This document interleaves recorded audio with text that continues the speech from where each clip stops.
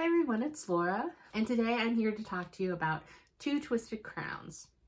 So I had put this on my end of year TBR because I didn't want to wait too long to finish up this duology, because I read One Dark Window not too long ago, and before I forgot all the finer details, I really wanted to finish it up because a lot of people on BookTube have a series tracker. I haven't gone that far in depth, but I don't think I'm nearly as crazy as some of these people that have 70 some odd series going. But I can understand being in the middle of series that's, 6, 12, whatever books, and it taking an effort to get through it.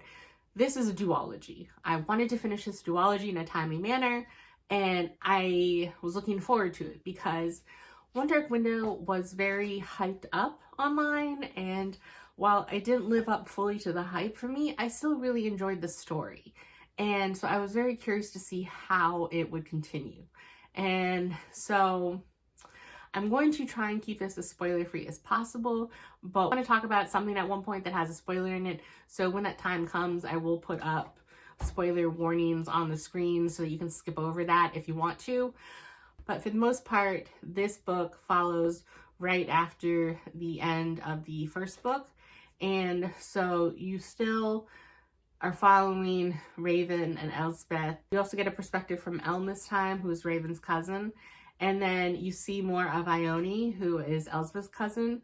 And so it was interesting seeing Elm's thought process, seeing Ione's character more, and going more into the lore of the magic in this world and the Shepherd King and the Providence cards, and seeing kind of the fallout after the events of book 1.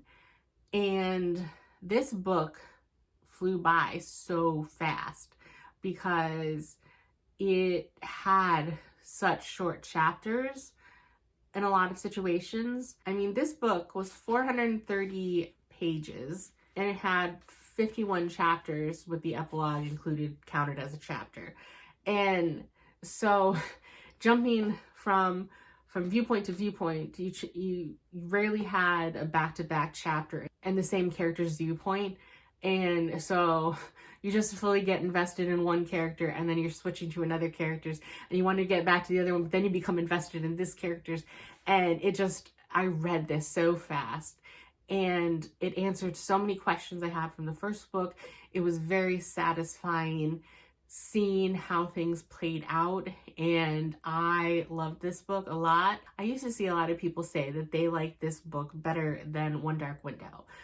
More recently, I've seen more of a nuanced perspective, with some people not liking certain character developments or the viewpoints or things that happen in this book, but I really liked it. So I tried to go in with a more neutral expectation, just take it for what it was, but it was fantastic. It was everything I kind of hoped it would be.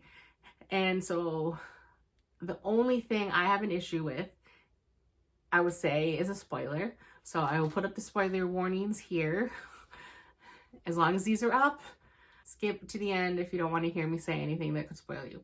My one gripe with this book was frickin' Elspeth and Raven, because while parts of their romance in the first book were a little annoying to me, I was still rooting for them. Here, though, when they're out on their mission, on their little scavenger hunt for the Twin Elders card, when Elspeth is there, but she doesn't have control of her body because the Shepherd King is in charge, her and Raven having the conversations in her head and getting distracted when they need to just focus, and it causes them to miss threats in their immediate presence, and people getting injured because of their negligence, because they just have to have a lovey-dovey conversation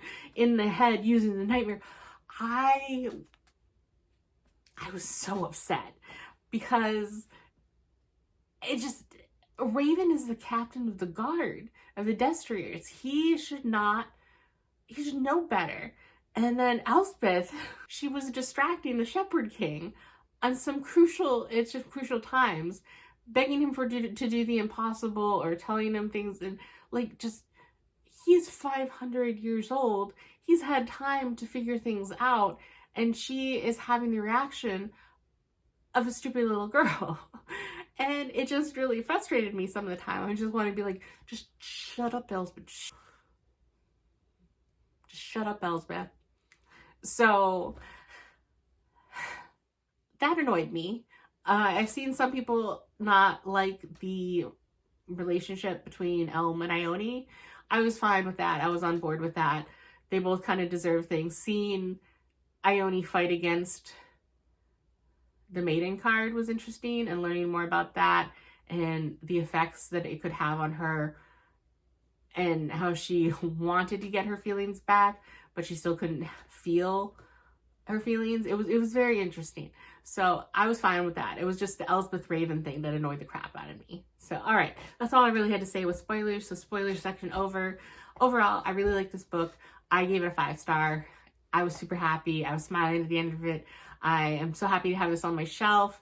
At some point down the line, I'll be more than happy to reread this duology if I'm in a reading slump and I need to get out of it, because it was so satisfying to me. I loved it. It was great. 5 stars. That's all I have to say on that, and I will see you in the next video.